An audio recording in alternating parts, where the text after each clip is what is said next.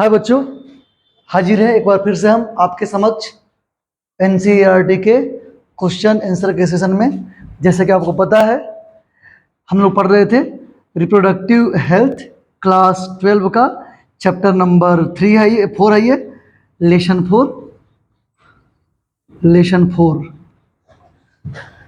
तो ये जो सेशन होगा रिप्रोडक्टिव हेल्थ का, ये हमने ऑब्जेक्टिव करा दिया था और ये सेशन है क्वेश्चन आंसर का सेशन है। पाठ्य पुस्तक एनसीईआरटी के प्रश्न एवं उनके उत्तर है ना। और ये हिंदी मीडियम में रहने वाला है, जैसे कि हिंदी में सब स्लाइड आ भी रहा होगा, आप देख रहे होंगे। तो आज का जो सेशन है हमारे हिंदी मीडियम के बच्चों के लिए है ना। और मैंने पढ़ा दिया है क्लास में चैप्टर, और आज शुरू होगा सारे सवालों का डिस्कशन। तो आइए एक एक करके हम सवालों को देखते हैं। आपके समक्ष पहला प्रश्न ये रहा। देखो बच्चों, सवाल क्या है कि समाज में जनन स्वास्थ्य के महत्व के बारे में अपना विचार प्रकट कीजिए। कि समाज में जनन स्वास्थ्य का क्या महत्व है, किसे कहते हैं रिप्रोडक्टिव हेल्थ। तो आप जानते ही हैं कि the complete phenomena of mental social physical wellbeing is known as reproductive health. यानी देखो ध्यान से, समाज में जनन स्वास्थ्य के महत्व के बारे में अपना विचार प्रकट करें तो लिखा हुआ है कि भाई किसे हम कह सकते हैं जननिक स्वास्थ्य। कह कि ऐसे समाज को जननात्मक रूप से स्वस्थ समाज कहा जा सकता है जिसमें लोगों के जनन अंग शारीरिक एवं प्रक्रियात्मक रूप से सामान्य हो। यानी जब लोगों का जनन अंग शारीरिक रूप से और प्रक्रियात्मक रूप से ठीक हो, सामान्य हो, तो वैसे स्थिति को हम कहते हैं जनन स्वास्थ्य। जनन संबंधी सभी पहलुओं में जिनका भावनात्मक और व्यवहारिक पारस्परिक क्रियाएं सामान्य हो। तो जनन स्वास्थ्य में आपको ठीक होना पड़ेगा, मस्तिष्क से भी पूरा फिजिकली फिट रहिए, और आपके जितने भी रिप्रोडक्टिव ऑर्गन्स हैं सारे अंग ठीक से काम करें। रिप्रोडक्टिव माने जितने भी जनन अंग है उसका ठीक से काम करना, शारीरिक रूप से स्वस्थ रहना और भावनात्मक रूप से भी स्वस्थ रहना, सभी को कहा गया है जनन स्वास्थ्य। यानी ऐसे समाज को जननात्मक रूप से स्वस्थ समाज कहा जा सकता है जिसमें लोगों के जनन अंग शारीरिक एवं प्रक्रियात्मक रूप से सामान्य हो, यौन संबंधी सभी पहलुओं में जिनकी भावनात्मक और व्यवहारिक पारस्परिक क्रियाएं सामान्य हो। क्या क्या? तो आपको रहना पड़ेगा जननात्मक रूप से जब स्वस्थ हैं आप, फिर कैसे, फिर आप प्रक्रियात्मक रूप से जब स्वस्थ हैं आप, भावनात्मक रूप से ठीक है आप, और फिर व्यवहारिक, आप समाज में कैसे बिहेवियर करते हैं। तो आप अगर व्यवहारिक रूप से ठीक है, ये सभी चार पहलू ठीक है, तो आप एक स्वस्थ व्यक्ति हैं। तो इतना तक तो परिभाषा दिया हुआ, डेफिनेशन दिया हुआ है कि भाई जनन स्वास्थ्य क्या होता है। तो ये सभी, जब कोई व्यक्ति जननात्मक रूप से, प्रक्रियात्मक रूप से, भावनात्मक रूप से और व्यवहारिक रूप से सामान्य हो, उसके सारे रिप्रोडक्टिव ऑर्गन, सारे जनन अंग ठीक से काम कर रहे हो, तो उसे हम क्या कहते हैं बच्चों? उसे हम कहते हैं जनन स्वास्थ्य। अब देखो, कह रहे कि समाज में जनन स्वास्थ्य के महत्व के बारे में विचार प्रकट कीजिए। अब महत्व क्या है? बहुत ही महत्व जनन स्वास्थ्य का। कैसे? विद्यालयों में यौन शिक्षा की पढ़ाई को बढ़ावा दिया जाना चाहिए ताकि युवाओं को सही जानकारी मिल सके और बच्चे यौन संबंधी विभिन्न पहलुओं के बारे में फैली भ्रांतियों क्या हो गया हमें? भ्रांतियों पर विश्वास न करें। विद्यालयों में यौन शिक्षा की पढ़ाई हो ताकि युवा को सही जानकारी मिल सके। आज के लोग मतलब यौन संबंधी बात करना नहीं चाहता है, शर्माता है लोग, तो इस समझ पैदा हो लोगों में। लोगों को जनन अंगों, किशोरावस्था एवं उससे संबंधित परिवर्तनों, सुरक्षित और स्वच्छ यौन क्रियाओं, यौन संचारित रोग एवं एड्स के बारे में जानकारी मिले। जितने भी रोग हैं, जनन संबंधी रोग है, जैसे एड्स हो गया, चाहे जब भी बच्चा किशोरावस्था में होता है तो एंड्रोजन और टेस्टोस्टेरोन और एस्ट्रोजन और प्रोजेस्टेरोन हार्मोन के चलते उनके दैहिक विकार उत्पन्न होता है, दाढ़ी का मूंछ का आना, उनके चेस्ट का विकास होना, उनके ब्रेस्ट का विकास होना। ठीक है, तो ये सब सामान्य घटनाएं हैं, इसमें बच्चों को शर्माने वाली बात नहीं है ना। तो ये सब बातें बताई जाए सही रूप से। विशेष रूप से किशोर आयु वर्ग में जनन संबंधी स्वास्थ्य जीवन बिताने में सहायक होती है। यौन संबंधी अपराधों के बारे में शिक्षा देना स्वस्थ परिवार निर्माण में सहायक है। गर्भवती महिलाओं की देखरेख, मां और बच्चों को प्रसवोत्तर देखभाल, स्तनपान के महत्व आदि की जानकारियों से जागरूक स्वस्थ परिवारों का निर्माण होगा। मातृ एवं शिशु दर में गिरावट, लघु परिवार वाले जोड़ों की संख्या में वृद्धि, चिकित्सा सुविधाओं में वृद्धि आदि समाज के बेहतर जन स्वास्थ्य की ओर संकेत देते हैं। तो सभी ये जितना मैंने स्लाइड में लिखा है ये पहले प्रश्न का जवाब हुआ कि जनन स्वास्थ्य के महत्व के बारे में आपका क्या विचार है। तो जनन स्वास्थ्य आप समझ गए क्या होता है, इसको लिख लेंगे और मैं समझा रहा हूं फिर से आपको। क्या कहेंगे भाई जनन स्वास्थ्य क्या होता है? तो वह स्थिति जिसमें कोई मनुष्य जननात्मक रूप से, प्रक्रियात्मक रूप से, भावनात्मक रूप से और व्यवहारिक रूप से स्वस्थ होता है, तो उसे हम कहते हैं कि वो पूर्ण रूप से जननिक स्वास्थ्य है। अब कह रहा है कि भाई महत्व क्या है, तो महत्व बहुत सारा है। जनन स्वास्थ्य का तो महत्व बहुत सारा है, क्योंकि जितने भी आज बच्चे हैं कल वो देश के निर्माण में, देश के आबादी के निर्माण में भाग लेंगे। तो जैसे ही किशोरावस्था में आते हैं तो उनके अंगों में परिवर्तन होता है। हार्मोन, वही 4 हार्मोन थे, इसके चलते उनके अंग में परिवर्तन होता है। तो उस समय अपने परिवर्तन को लोग छुपाता है, तो बताना है इसके नहीं परिवर्तन होना लाजिमी होगा। फिर आगे विद्यालयों में यौन शिक्षा का बढ़ावा मिले ताकि बच्चे जाने अपने जो रिप्रोडक्टिव ऑर्गन है, जो सेक्स ऑर्गन है, उसका अच्छा से ख्याल रख सके, उसको अच्छा से सुरक्षा दे सके। फिर जो रिगार्डिंग जो हो रही अपराध, उस अपराध को भी बताया जाए कि भाई अगर कोई आदमी कुत्सित विचारधारा का है, अगर कोई समाज में कुछ कर देता है तो उसके लिए क्या है भाई, बहुत सारे धाराएं लगी हुई हैं, आदमी जेल जा सकता है। इस बात को समझाया जाए। अगर महिला मां बनने वाली है तो प्रसव के बाद देखभाल, प्रसव से पहले देखभाल किया जाए, स्तनपान आदि का महत्व दिया जाए कि भाई स्तनपान से ही क्या होता है बच्चों, माता के स्तनपान से ही निकलता है पहले दूध से कोलोस्ट्रम निकलता है, जिसमें एंटीबॉडी होता है IgA। यही सब आप बात लिख देंगे। अब हम बढ़ते हैं अगले सवाल की ओर। देखो बच्चों, जनन स्वास्थ्य के उन पहलुओं को सुझाएं जिन पर आज के परिदृश्य में विशेष ध्यान देने की जरूरत है।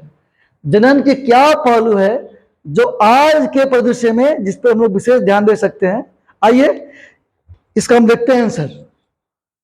देखिए पहला क्या है बच्चों, इसमें कुल 6 पॉइंट बनेंगे। पहला देखिए, लोगों के बीच जनन संबंधी विषयों पर श्रव्य, दृश्य तथा मुद्रित सामग्री की सहायता से चर्चा करनी चाहिए। यानी जब लोगों में हम जनन संबंधी बात कर रहे हैं तो हम दिखाएं कि जनन अंग कैसे होते हैं, कहां से क्या निकलता है, ठीक है, उनको सुनाए भी और कुछ प्रिंटेड मटेरियल भी उनको दे। पहला हो गया।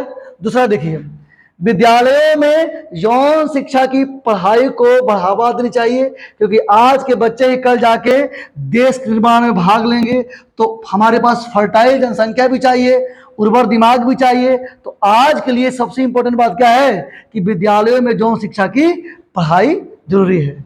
तीसरी पॉइंट हम लोग देखें, लोगों को यौन संचारित रोगों के विषय में जानकारी देनी चाहिए। जैसे कि एड्स हो गया, तो भाई एड्स होता है, एड्स, सिफिलिस,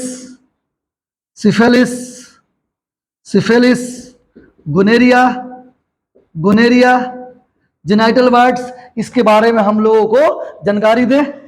आगे बढ़ते हैं बच्चों। चौथा देखें, अनियंत्रित जनसंख्या वृद्धि से होने वाले समस्याओं के बारे में बताएं कि भाई जनसंख्या तो वृद्धि हो रही है, भूमि नहीं बढ़ रही है, खान पान के सामग्री नहीं बढ़ रहे हैं, तो भाई जनसंख्या वृद्धि से हम गरीब हो सकते हैं, बच्चों की पढ़ाई ठीक से नहीं हो सकती है, ठीक है, समाज में रहन सहन का स्तर गिर जाएगा। इस बात की चर्चा हो। आगे बढ़ते हैं। देखते हैं 5वां नंबर, मादा भ्रूण हत्या के लिए उन्मोवेदन जांच पर कानूनी प्रतिबंध लगाने चाहिए बच्चों, ठीक है। ये इसे हम लोग बोलते हैं एमनियोसेंटेसिस, कि भाई जो मादा, एमनियोसेंटेसिस एक टेक्निक है, एमनियोसेंटेसिस एक टेक्निक थी बच्चों, जिसके द्वारा हम क्या करते थे, गर्भ में ही जांच कर लेते हैं कि बेटा है कि बेटी। तो इसको हम लोग क्या करेंगे, प्रतिबंध लगा देंगे, लगा हुआ ही है ना, भारत में लगा हुआ है, तो इस पे चर्चा करना है। हालांकि ये बढ़िया था, लेकिन आज के दौर में ये खराब हो गया है, क्योंकि लोग अच्छे कामों में इसका इस्तेमाल नहीं करते हैं, बुरे कामों में इसका ज्यादा इस्तेमाल कर लेते हैं। तो 5वां क्या था, मादा भ्रूण हत्या के लिए उन्मोवेदन जांच या एमनियोसेंटेसिस जांच पर कानूनी प्रतिबंध लगाने चाहिए। और देखिए अंतिम और 6ठा पॉइंट देखिए क्या जरूरी है बच्चों, जनन संबंधी विभिन्न क्षेत्रों में अनुसंधान का बढ़ावा देना चाहिए, कि भाई जितने भी अनुसंधान, जितने भी नए नए मेडिकल आ रहे हैं, कुछ बीमारियां हैं, लाइलाज बीमारियां हैं, क्या उसको हम ठीक कर सकते हैं। कुछ कपल ऐसे हैं जो निसंतान है, तो क्या हम उन्हें गोद भर सकते हैं। तो हमेशा हम रिसर्च की ओर अग्रसर हो। तो ये 6 पॉइंट आपको याद करना है ना। कौन कौन, फिर से मैं बोल दे रहा हूं, लोगों के बीच जनन संबंधी विषयों पर श्रव्य, दृश्य और मुद्रित सामग्री से सहायता से चर्चा करनी चाहिए। दूसरा, विद्यालयों में यौन शिक्षा की पढ़ाई को बढ़ावा देनी चाहिए। तीसरा, लोगों को यौन संचालित रोगों के विषय में जानकारी देनी चाहिए। चौथा, अनियंत्रित जनसंख्या वृद्धि से होने वाले समस्याओं के बारे में जानकारी देनी चाहिए। 5वां, मादा भ्रूण हत्या के लिए उन्मोवेदन जांच पर कानूनी प्रतिबंध लगाने चाहिए। और 6ठा है, जनन संबंधी विभिन्न क्षेत्रों पर अनुसंधान को बढ़ावा देनी चाहिए।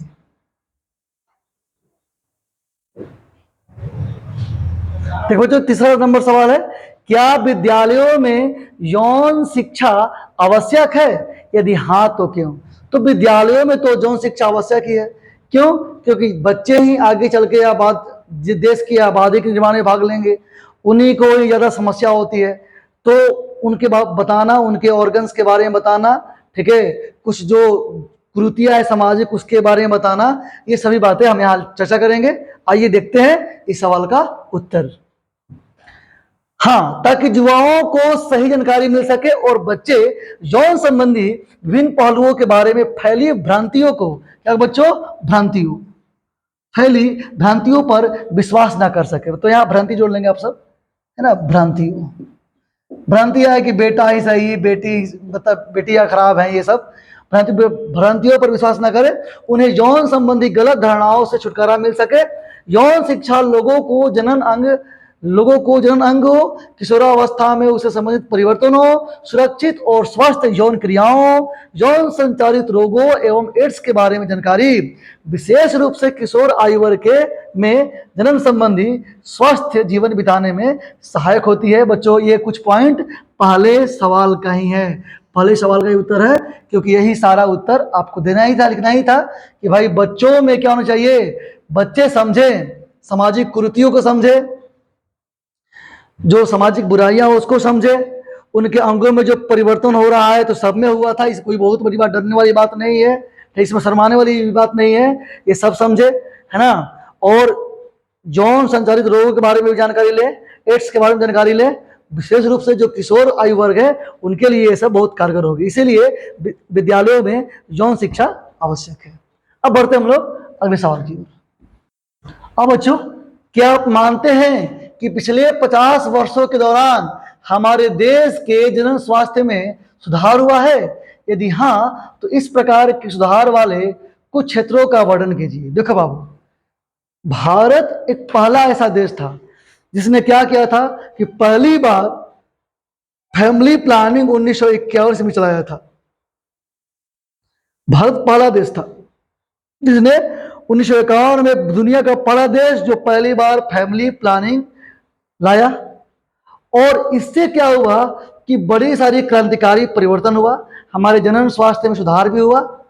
तो ये सुधार कहाँ कहाँ हुआ, किस क्षेत्र में हुआ है, इसी का वर्णन करना है। आइए इसको हम देखें, इसके उत्तर कि क्या क्या हो सकता है। तो देखो, क्या आप मानते हैं कि पिछले 50 वर्षों के दौरान हमारे देश में के जनन स्वास्थ्य में सुधार हुआ है? हाँ, जनन स्वास्थ्य में सुधार होने वाले कुछ क्षेत्र निम्नलिखित है। देखिए कौन कौन है, 8 क्षेत्र होंगे बच्चों। पहले तो घटी हुई शिशु एवं मातृ मृत्यु दर। बच्चों, पहले के जमाने में जब टेक्नोलॉजी ज्यादा नहीं था तो मातृ मृत्यु दर भी ज्यादा था। ठीक है, बच्चा फैलोपियन ट्यूब में फंस गया है, उसका गर्दन कहीं और है, तो माए मर जाती थी। फिर बच्चा जब बाहर आया जॉन्डिस का शिकार हो गया। आज इन सब हमारे पास इतने तकनीक है कि हम इस दोनों दरों में वृद्धि कर दिए हैं, तो ये घट गई है। क्या घट गई है? शिशु एवं मातृ मृत्यु दर घटा हुआ है। तो पहला सुधार हुआ क्षेत्र में। दूसरा देखिए क्षेत्र, यौन संचारित रोगों की शीघ्र पहचान एवं उनका उपचार करने लगे हैं। जितने भी यौन संचारित रोग है, जैसे कि syphilis, gonorrhoea, natal warts, AIDS. AIDS तो जल्दी नहीं समझ पहचान में आता है, बाकी जितने भी एड्स को छोड़ करके जितने भी होते हैं सारी बीमारियां हम शीघ्र पहचान कर लेते हैं और उसका इलाज हम लोग कर लेते हैं। तीसरा क्षेत्र देखिए, जनन एवं बाल स्वास्थ्य सेवा कार्यक्रम। बच्चों, reproductive child health care, RCH। आज हमने क्या किया है कि भाई जनन एवं बाल स्वास्थ्य सेवा कार्यक्रम चलाया है, RCH चलाया है, ताकि बच्चों में बच्चे का स्वास्थ्य ठीक रहे और जनन संबंधी सारी जानकारियां उनको दिया जा सके। यह तीसरा क्षेत्र था। आइए देखें चौथा क्षेत्र कौन सा है? लघु परिवारों की वृद्धि। लघु परिवारों की वृद्धि भी एक क्रांतिकारी परिवर्तन ही है, जिसमें सभी को समान रूप से सब में रोजगार मिलता है, पढ़ाई मिलती है, सब कुछ मिलता है। बच्चों, एक बच्चों पर प्रॉपर अटेंशन मिलता है। आगे बढ़ेंगे तो अगला देखिए क्षेत्र कौन सा है इसका? रोगों से निदान के लिए चिकित्सा सुविधाओं में वृद्धि। देखो, पहले तो रोग होते थे, उनके इलाज ही नहीं होता था, इलाज बहुत संभव नहीं था। आज क्या हो गया है कि आज हमने रोगों के जितने भी रिप्रोडक्टिव से संबंधित रोग है सबका निदान हमने किया है और आगे भी हम लोग कर रहे हैं, लगातार इस पे काम हो रहा है। तो रोगों से निदान के लिए चिकित्सा सुविधा में वृद्धि, ये सही हो गया। छठा देखें हम लोग, महिलाओं के लिए गर्भ निरोधक गोलियों की खोज हुई है। तुम्हें पता ही है गर्भ निरोधक गोलियां है, सहेली की खोज हो गई।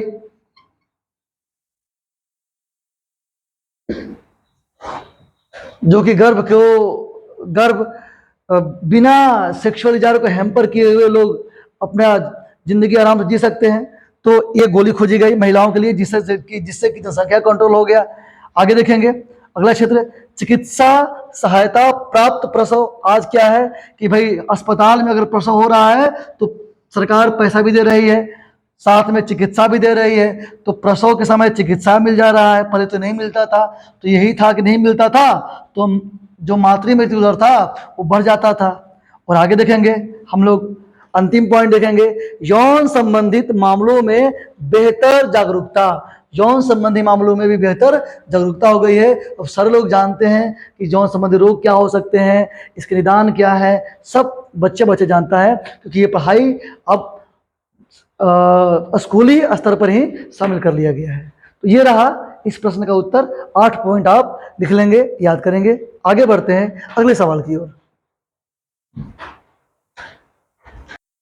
अब बच्चों देखिए, जनसंख्या विस्फोट के कौन से कारण है? जनसंख्या विस्फोट के क्या कारण है? बच्चा, जनसंख्या विस्फोट क्यों हो रहा है?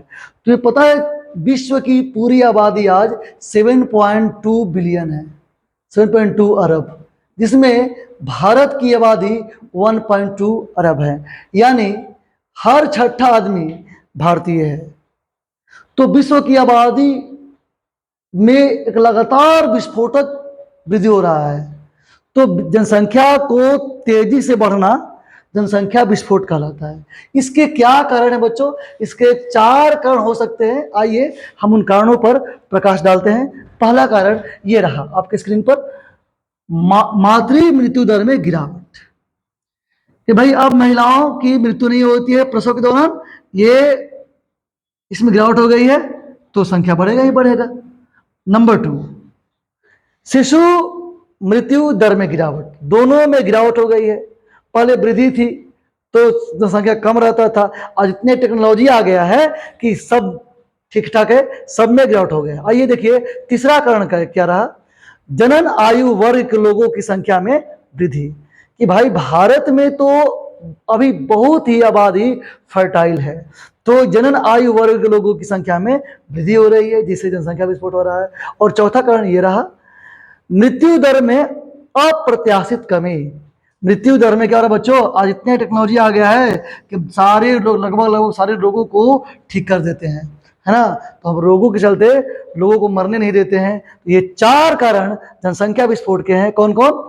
मातृ मृत्यु दर में गिरावट, शिशु मृत्यु दर में गिरावट, जनन आयु वर्ग के लोगों की संख्या में वृद्धि और जनन मृत्यु दर में अप्रत्याशित कमी। बढ़ते हैं बच्चों अगले सवाल की ओर। देखो बच्चों, क्या गर्भ निरोधकों का उपयोग न्यायोचित है? कारण बताएं। हाँ, बिल्कुल न्यायोचित है, क्योंकि इतनी जनसंख्या तो बढ़ा नहीं सकते हैं और अपने सेक्सुअल डिजायर को मार नहीं सकते हैं। तो without interfere of male libido, female libido, we should control the population. तो इसके लिए तो कॉन्ट्रासेप्टिव चाहिए। तो क्या गर्भ निरोधक का उपयोग न्यायोचित है? कारण बताएं। न्यायोचित है। आइए क्या कारण है हम देखें इसको।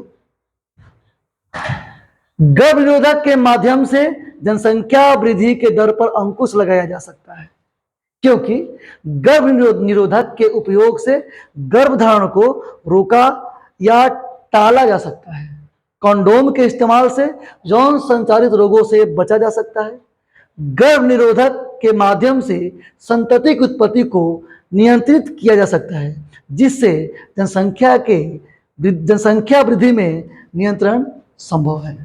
तो बच्चों, इसलिए क्या है, गर्भ निरोधक का उपयोग बिल्कुल न्यायोचित है या न्याय नहीं है। कारण ये रहा कि जनसंख्या रोकने के लिए, ठीक है। और क्या भाई, तो मेन तो कारण यही है कि जनसंख्या रुक जाए और हम संतान की उत्पत्ति को टाल भी सके।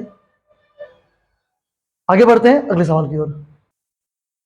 जनन ग्रंथियों को हटाना गर्भ निरोधक का विकल्प नहीं माना जा सकता है। क्यों? बच्चों देखिए, जनन ग्रंथि हटा देंगे तो परमानेंट सोल्यूशन हो गया। अब चाह कर भी कोई दंपति संतान सुख की प्राप्ति तो नहीं कर सकता। अगर कोई करा ले ट्यूबेक्टोमी, महिलाएं करा लेती हैं महिला नसबंदी, और पुरुष करा ले पुरुष नसबंदी, अपना जनन अंग को कटवा दें, तो क्या ठीक है? ये तो सही नहीं है। सही क्या है? देखिए सही क्या है, आइए सही क्या है इसको देखें। देखो, जनन ग्रंथि को हटाना, किसको? जनन ग्रंथि को हटाना गर्भ निरोधक का विकल्प इसलिए नहीं माना जा सकता है क्योंकि इनके संभावित दुष्प्रभाव में मिचली, उदरीय पीड़ा, बीच बीच में रक्तस्राव, अनियमित अतर्व रक्तस्राव, यहां तक कि स्तन कैंसर जैसी रोग हो सकती है। साथ ही गर्भ निरोधकों का उपयोग कभी भी संजोग में बाधक नहीं बनता है।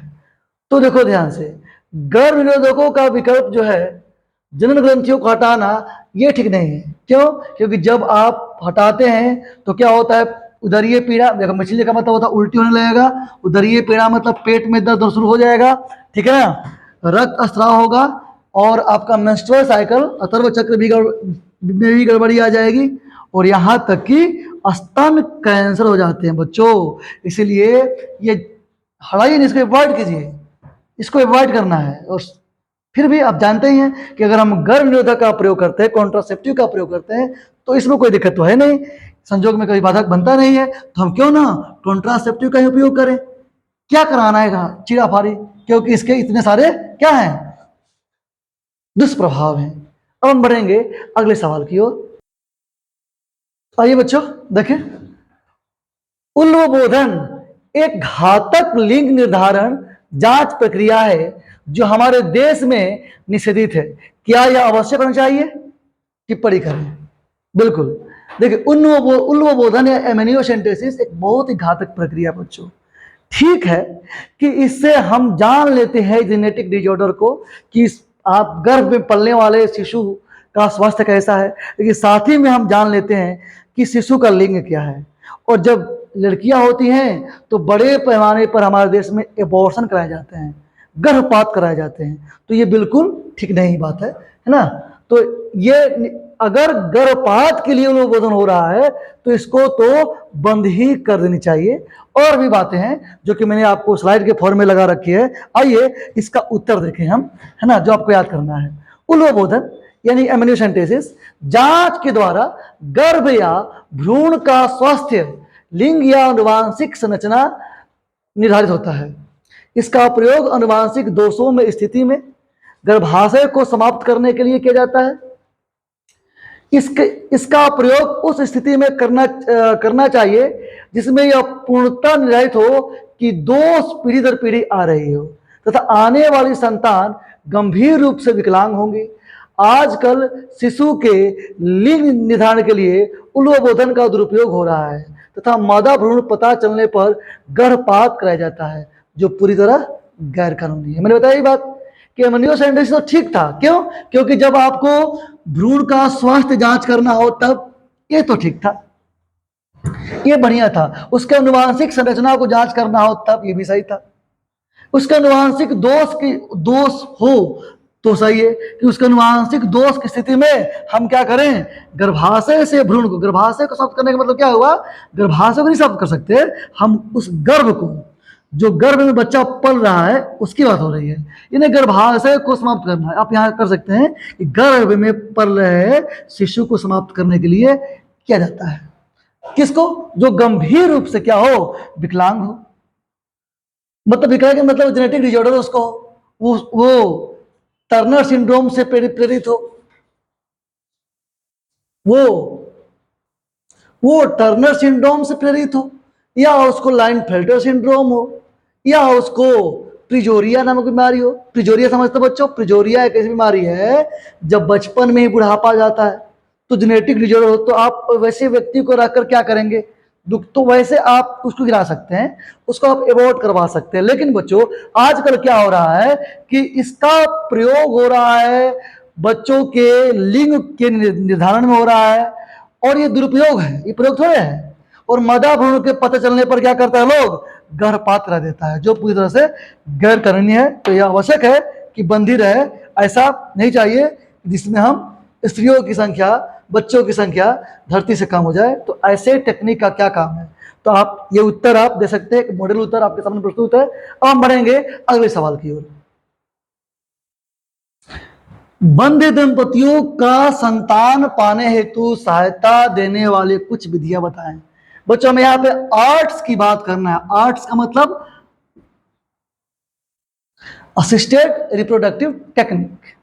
बच्चों अगर वे दंपति जिनकी शादी 2 साल, जिनकी शादी का 2 साल हो गया है और वो चाहते हैं कि उनका बच्चा हो और बच्चा नहीं हो रहा है, तो उसे हम कहते हैं बंध्य दंपति। शादी के 2 साल हो गए हों और चाहते हो, इस इच्छा में हो कि उनको बच्चा चाहिए, तब कराएंगे क्या, बंद। ये नहीं कि नहीं चाहते बच्चा बाद में पर करेंगे, वाला मैटर हो गया। जो संतान की इच्छा रखता है, वो 2 वर्ष हो गए शादी के, फिर बच्चे नहीं हो रहे हैं, तो उसे हम कहते हैं बंध दंपति। और उनके लिए हमारे मेडिकल साइंस में क्या क्या संभावनाएं हैं, क्या क्या तकनीक है, क्या आर्ट है, उसको देखना है। आइए हम बारी बारी से आर्ट को देखें।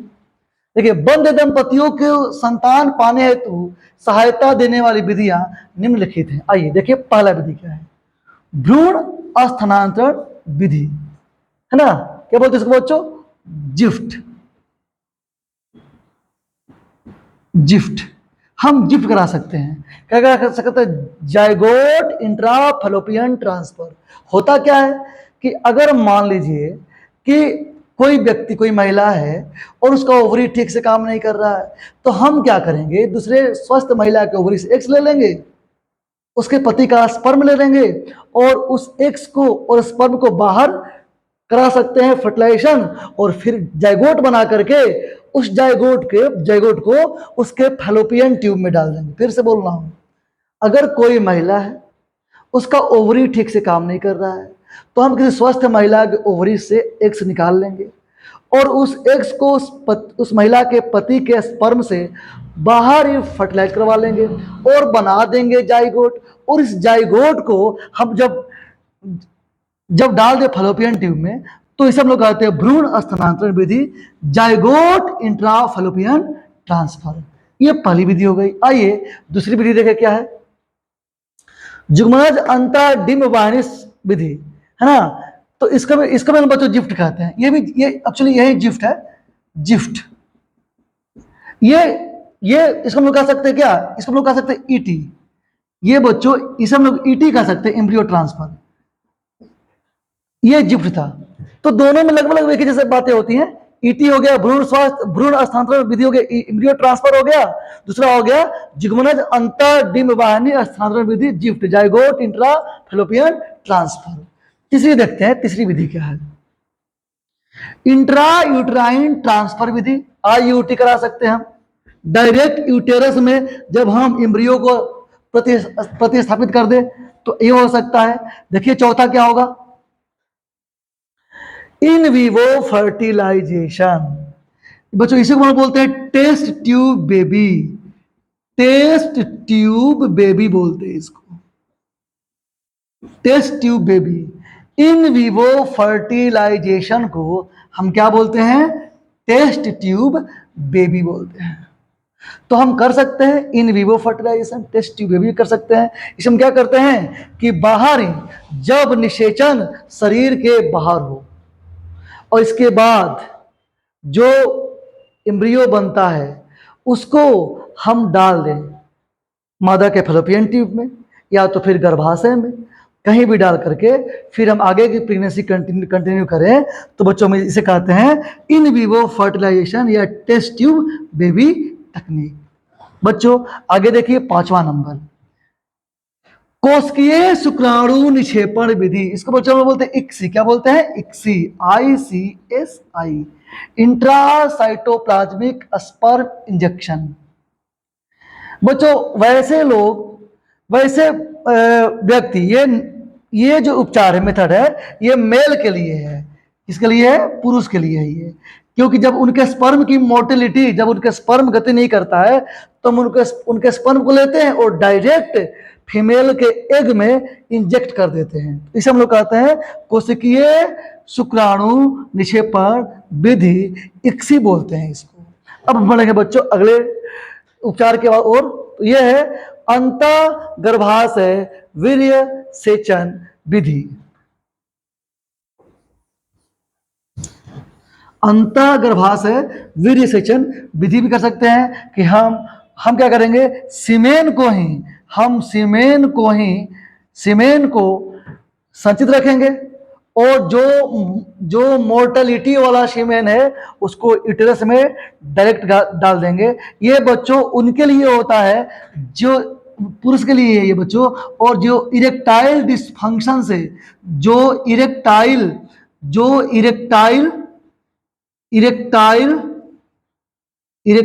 डिस्फंक्शन से जूझ रहे हो, वैसे पुरुष जिनका पेनिस इरेक्ट नहीं होता है तो उसके लिए हम क्या करते हैं कि उनके सीमेन को निकाल करके डायरेक्ट हम फीमेल के यूटेरस में ट्रांसप्लांट कर देते हैं। तो इरेक्टाइल डिस्फंक्शन से जो पुरुष जूझ रहे हैं उनके लिए ये तकनीक है। इसीलिए यही सब कि इरेक्टाइल डिस्फंक्शन ना हो, बच्चे बचपन में कुछ खास गलती ना कर दें, इसीलिए शिक्षा देना भी जरूरी है, यौन शिक्षा देना। और देखिए आगे बढ़ते हैं, अगला तकनीक देखिए सबसे इंपॉर्टेंट। मान लीजिए सब फेल कर गया, ये सब महंगा भी तकनीक है और इसकी गारंटी भी नहीं है। तो सबसे लास्ट में आप क्या कर सकते हैं कि घर से मस्जिद है चलो दूर कर लें, कि घर से मस्जिद है चलो दूर कहीं, किसी रोते हुए बच्चे को हंसाया जाए। क्या करें, अनाथ एवं दीनहीन बच्चों को कानूनन गोद ले ताकि उसकी फ्यूचर संवर जाए और दंपति को एक नई संतान की प्राप्ति हो जाए। अगर सब नहीं हो पा रहा है तो आप ये कर सकते हैं। तो ये रहा बंध दंपतियों यानी जो निसंतान दंपति है उनके लिए विधियां। तो आप इसको याद करेंगे, 7 विधि है और भी तरीका है, 7 आपको पढ़ने हैं। अब हम बढ़ेंगे बच्चों अगले प्रश्न की ओर। अब बच्चों किसी व्यक्ति को यौन संचारित रोग के संपर्क में आने से बचने के लिए कौन कौन से उपयोग अपनाने चाहिए कि भाई उसको कोई यौन संचारित रोग ना हो। बिंदास बोल डाल कॉन्डोम। आइए देखते हैं कौन कौन से रोग हो सकते हैं, क्या क्या उपाय हो सकते हैं। देखिए इसमें क्या क्या उपाय है, तो ये लिखा हुआ है कि व्यक्तियों को यौन संचारित रोगों से बचने के लिए निम्नलिखित साधारण नियमों का पालन करना चाहिए। ये देखिए पहला नियम क्या है। पहला बच्चों, किसी अनजान व्यक्ति से यौन संबंध स्थापित ना करें। ऐसा बहुत मौका आता है, ठीक है, तो लालच में नहीं पड़े, है ना, और अपने आप पे संयम क्यों रखना है। जीवन साथी से वफादारी रखे, आपको बीमारियों से दूर। तो आपको जीवन साथी से वफादारी करना है और आपको इससे क्या होगा, एड्स की बीमारी से दूर रहेंगे आप। ऐसा था ना स्लोगन कि जीवन साथी से वफादारी रखे, आपको एड्स की बीमारी से दूर, ऐसे कुछ करके था। आइए देखें अगला नंबर क्या है, तो यह हम अनजान व्यक्ति से संबंधी बनाएंगे। बहुत से व्यक्तियों से यौन संबंध न रखना। The person having multiple sex partner, अगर किसी व्यक्ति के बहुत सारे मल्टीपल सेक्स पार्टनर है तो भी हो सकता है एड्स, अगर उसमें से किसी को हो तब। ऐसा नहीं, ऐसा नहीं बना सकता है, लेकिन नहीं बनाए तभी एड्स होगा जब किसी उस 4-5 महिलाओं में से किसी एक को एड्स हो। आगे बढ़े थर्ड की ओर, तीसरा की ओर। मैथुन के समय सदैव कंडोम का इस्तेमाल करें, है ना, जरूरी हो। अगर आप किसी घर से बाहर हैं और ऐसा कुछ इरादा हो रहा है तो क्या करें, आप हमेशा कंडोम का प्रयोग करें, है ना। चाहे आप अपने घर में ही हैं और कोई समस्या है, जॉन्डिस, आपको जॉन्डिस हो रखा हो, है ना, और आपको संबंध बनाना हो, तो जॉन्डिस के समय भी क्या करना चाहिए, कंडोम का इस्तेमाल करना चाहिए। आगे बढ़ते हैं और चौथा देखते हैं उपाय क्या है। यदि कोई शंका हो तो तुरंत ही प्रारंभिक जांच के लिए किसी योग्य चिकित्सक से मिले और यदि रोग का पता चले तो पूरा इलाज कराएं। सबसे इंपॉर्टेंट बात बच्चों की, अगर कोई शंका हो रहा है, आपको शर्माना नहीं है, बिंदास बोल डालना है कि भाई ये रोग है, जाइए अपने डॉक्टर से मिलिए, नजदीकी चिकित्सक से मिलिए और इलाज कराइए, है ना। तो ये आप करके यौन संचारित रोगों से बच सकते हैं। बच्चों बढ़ते हम लोग अगले सवाल की ओर। और बच्चों देखें, निम्न वाक्य सही है या गलत, व्याख्या सहित बताना है। क्या वाक्य सही है कि गलत है, ये समझना हम लोग को। तो सबसे पहला दिया हुआ सेंटेंस कि गर्भपात स्वतः भी हो सकता है। क्या गर्भपात खुद से हो जाता है? ये वाक्य सही है? नहीं, बिल्कुल नहीं, ये बिल्कुल गलत वाक्य है। क्यों? आओ देखें क्यों गलत।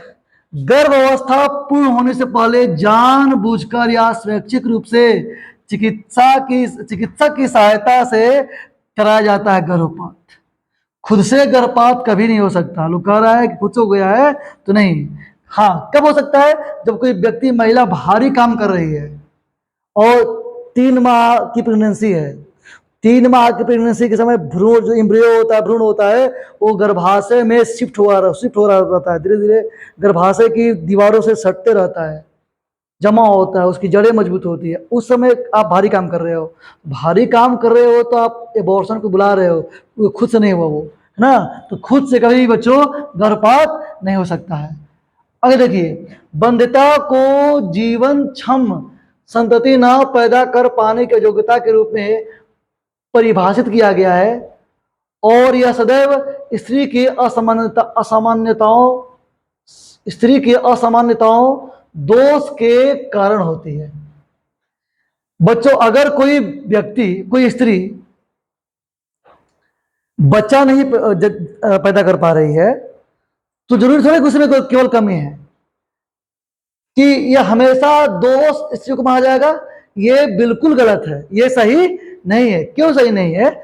आओ देखें कि ये क्यों सही नहीं है, गलत है। यह स्त्री एवं पुरुष में से किसी एक अथवा दोनों के समानताओं के दोष के कारण हो सकता है। केवल स्त्री को जिम्मेवार ठहराना कि वो मां नहीं बन रही है, जरूरी थोड़ी है कि उसमें स्त्री में दोष है, पुरुष में भी तो दोष हो सकता है ना। तो ये सेंटेंस भी गलत था।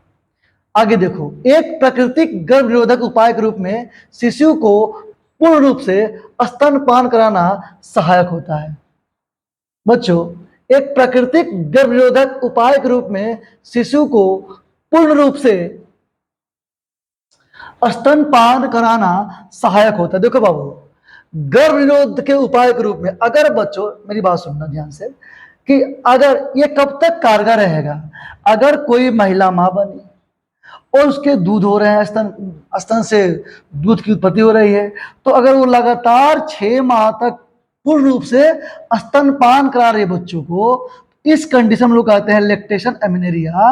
और इस समय चूंकि प्रोजेस्टेरोन का लेवल हाई रहता है, तो ये उस समय तो मां नहीं बन सकती है, तो कुछ समय के लिए तो ये सही है। एक प्राकृतिक गर्भ निरोधक के उपाय के रूप में शिशु को पूर्ण रूप से स्तनपान कराना सहायक होता है बच्चों, लेकिन ये केवल 6 महीने तक वैध है, 6 महीना के बाद नहीं। 6 महीने के बाद मान लीजिए कोई महिला प्रेग्नेंट नहीं हो रही है, अब लगातार तो दूध भी नहीं होगा, दूध नहीं होगा उस समय, लेकिन 6 प्रेगनेंसी के 6 माह तक अगर दूध अगर बच्चा स्तनपान कर रहा है, तो इससे प्रोजेस्टेरोन का लेवल हाई रहता है और इस समय मेंस्ट्रुअल साइकिल सस्पेंड होता है ना। तो इसका हम लोग क्या कर सकते हैं कि ये सत्य है, ये सत्य है बच्चों। आओ देख रहा उसके, देखो यहां लिखा गलत, देखो गलत क्या लिखा हुआ है, वहीं पर बताया हुआ है कि एक प्राकृतिक गर्भ निरोधक उपाय के रूप में शिशु को पूर्ण रूप से स्तनपान सहायक होता है, लेकिन 6 माह तक ही, लेकिन 6 माह तक ही संभव है। तो 6 माह के बाद दूध भी कहां बनता है? 6 महीना के बाद अगर फिर ये 6 माह तक ही सही है, 6 माह के बाद अगर कोई महिला चाहती है कि वो फिर तो दूध ही नहीं होगा उसको ना, ये कंडीशन तो ठीक ही है ना। तो यहां बच्चों ये गलत नहीं हो सकता, ये गलत जो दिया हुआ है इसको हम सही कर लेंगे, क्योंकि जब उसको मौका मिलेगा दूध पिलाने का तभी ना दूध पिलाएगी, फिर तो दूसरा नेचुरल बैरियर रहेगी, फिर दूध कहां पिलाएगी वो। ये यहां पे बच्चों थोड़ा सा प्रिंटिंग मिस्टेक हो गया है, ये होगा सही। क्या होगा? सही। अब हम बढ़ेंगे बच्चों अगले सवाल की ओर।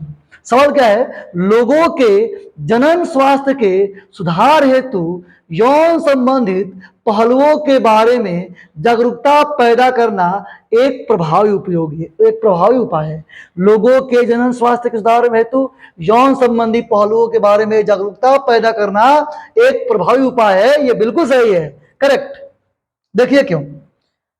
सही लोगों को जनन अंगों, किशोरावस्था एवं उससे संबंधित परिवर्तनों, सुरक्षित और स्वच्छ यौन क्रियाओं, यौन संचालित रोग एवं एड्स के बारे में जानकारी स्वस्थ जीवन बिताने में सहायक होती है। मैं 3 बार बोल चुका हूं इस सेशन में,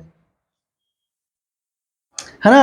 अब और सवाल है, आगे बढ़ेंगे बच्चों अगले सवाल की ओर।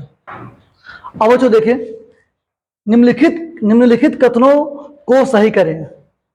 देखो बच्चों, लिखा हुआ है गर्भ निरोधक के शल्य क्रियात्मक उपाय युग्मक बनने से रोकते हैं। देखो इसका मतलब क्या हुआ कि अगर कोई महिला ट्यूबेक्टोमी करा ले रही है, ट्यूबेक्टोमी, या कोई पुरुष वेस्कोटोमी करा रहा है, यानी पुरुष नसबंदी, और महिला के बच्चा नहीं होने वाला ऑपरेशन को ट्यूबेक्टोमी सर्जरी बोलते हैं, ट्यूबेक्टोमी, और पुरुष वाले को बोलते हैं हम लोग वेस्कोटोमी।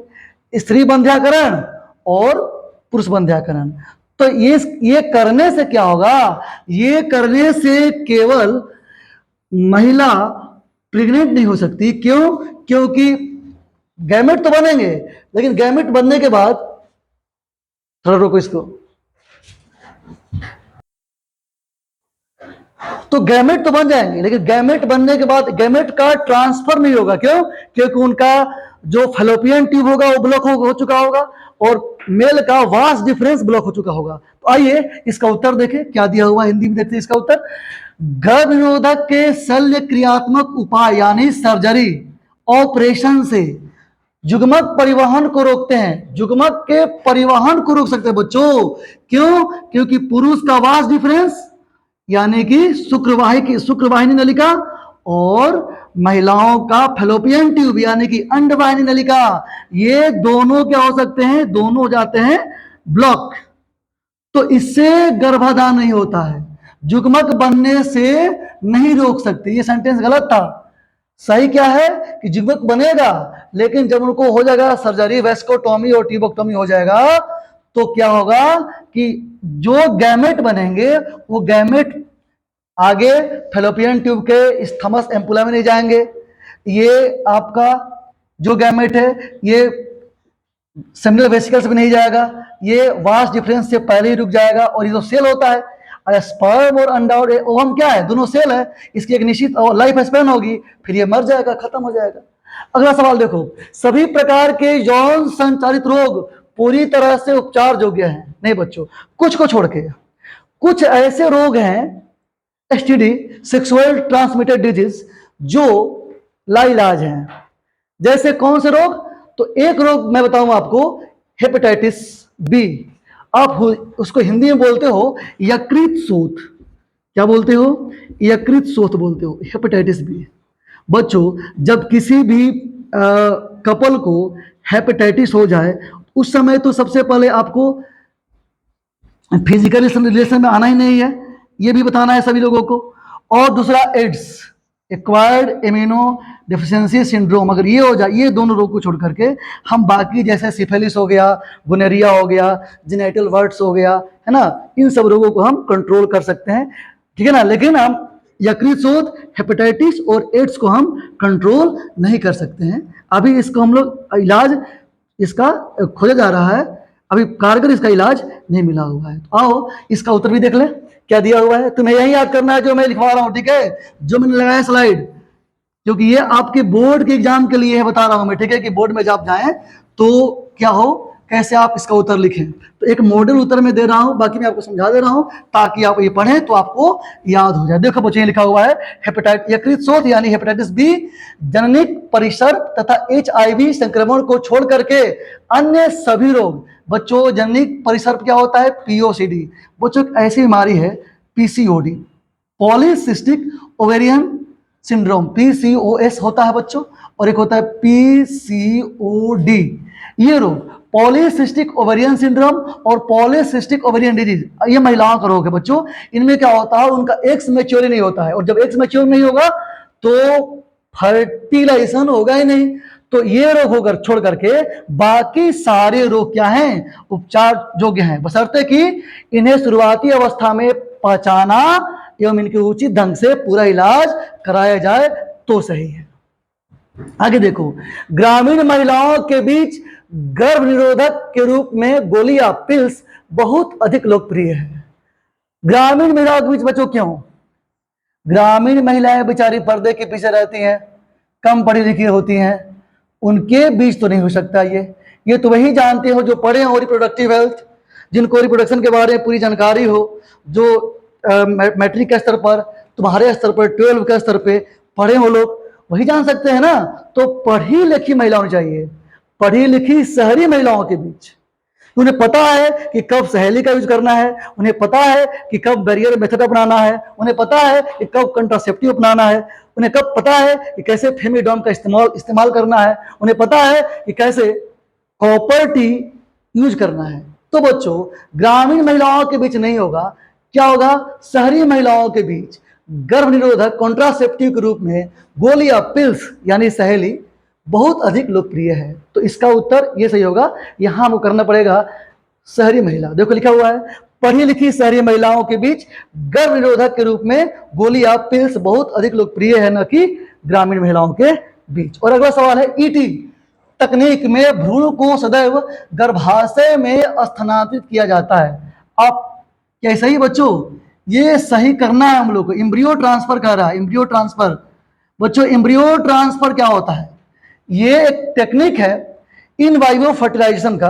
क्या होता है इसमें, हम वैसे दंपति, वैसे कपल्स जो खुद से संतान पैदा नहीं कर सकते हैं, उनको हम आर्ट देते हैं। आर्ट का मतलब क्या होता है? असिस्टेड रिप्रोडक्टिव टेक्निक देते हैं। तो हम क्या करते हैं, फर्टिलाइजेशन उनके बॉडी में नहीं करा करके बाहर करा देते हैं, इन वाइवो फर्टिलाइजेशन करवाते हैं।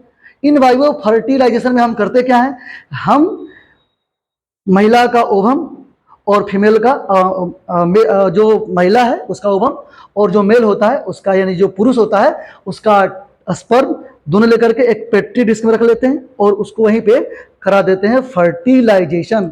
और जब ही होता है फर्टिलाइजेशन तो इसमें होगा पड़ेगा क्लीवेजेस, कुछ माइटोसिस होंगे, और जब ये क्लीवेज बढ़ेगा, तो जब क्लीवेज बढ़ेंगे बच्चों, तो जब ये क्लीवेज 8 सेल का होता है तो इसे मोरूला कहते हैं। 8 सेल के क्लीवेज को हम फैलोपियन ट्यूब में डाल सकते हैं, लेकिन 8 सेल से ज्यादा हो जाए, जब 16 से 64 सेल का हो जाए, ब्लास्टोमियर की अवस्था में चला जाए, 8 से 16 सेल तक मरूला होता है, और 16 के बाद जो सेल बनता है और जो एम्ब्रियो बनता है उसे हम लोग कहते हैं ब्लास्टोमियर, ब्लास्टोसिस्ट बोलते हैं।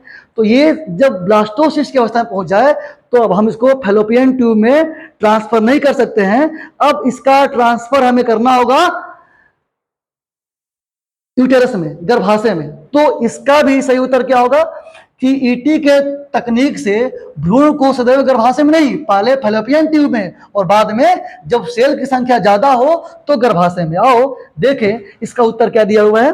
तो ये दिया हुआ है जो मैंने बताया तुमको, भ्रूण स्थानांतरण ईटी तकनीक में जुग्मनज या प्रारंभिक भ्रूण 8 ब्लास्टोमी, यानी ये मरूला, यह है मरूला, मेरूला या मरूला कह लो तुम इसको, मरूला को फैलोपियन नलिका में स्थानांतरित किया जाता है, और जो भ्रूण 8 ब्लास्टोमी यानी कि ब्लास्टोसिस्ट 8 से ज्यादा हो जाता है तो इसके वृद्धि के लिए, इसके परिवर्धन हेतु हम इसे क्या करते हैं बच्चों, गर्भाशय में स्थानांतरित करते हैं।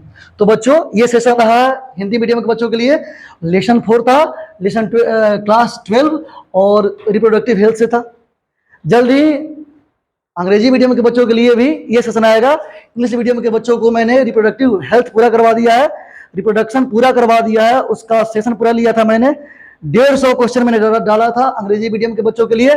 अब ये सेशन आएगा इंग्लिश में, है ना। अभी हमारे जो बच्चे हैं हिंदी मीडियम वाले जो बच्चे हैं वो इसको देखेंगे, और कल क्लास में जब आएंगे तो लिख कर आएंगे, वरना क्लास में एंट्री नहीं मिलेगी। आज मैं इसको डाल देता हूं तुम्हारे ग्रुप में, और हम मिलते हैं अगले वीडियो में। जेनेटिक्स के साथ मिलेंगे हिंदी मीडियम में, और रिप्रोडक्टिव हेल्थ के साथ मिलेंगे इंग्लिश मीडियम में। तब तक के लिए अपना ख्याल रखें, टेक केयर, बाय।